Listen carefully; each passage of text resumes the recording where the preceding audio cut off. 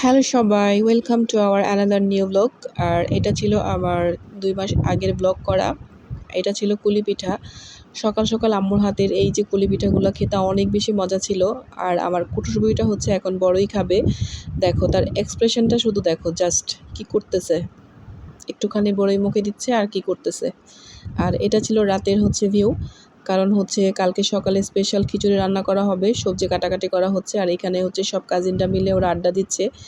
যখনই হচ্ছে সব কাজিনরা একসাথে হয় তখনই হচ্ছে ওরা এভাবে খুব আনন্দ করে, খেলাধুলা করে। আমার কাছে অনেক বেশি ভালো লাগে।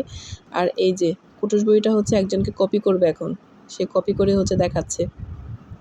আর এই তো সকালে বাবুর্চি এসে হচ্ছে খিচুড়ি রান্না করতেছে। আজকে হচ্ছে গরুর মাংস দিয়ে আর সবজি দিয়ে হচ্ছে পাতলা খিচুড়ি রান্না করা হয়েছে।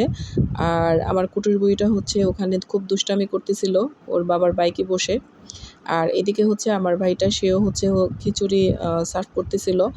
আর তার পাশেই হচ্ছে আবার আমার কুটুস বুড়িটা আর তার দুলাভাই, শালি দুলাভাই মিলে খিচুড়ি টেস্ট করতেছিল, খিচুড়িটা কেমন হয়েছে না হয়েছে।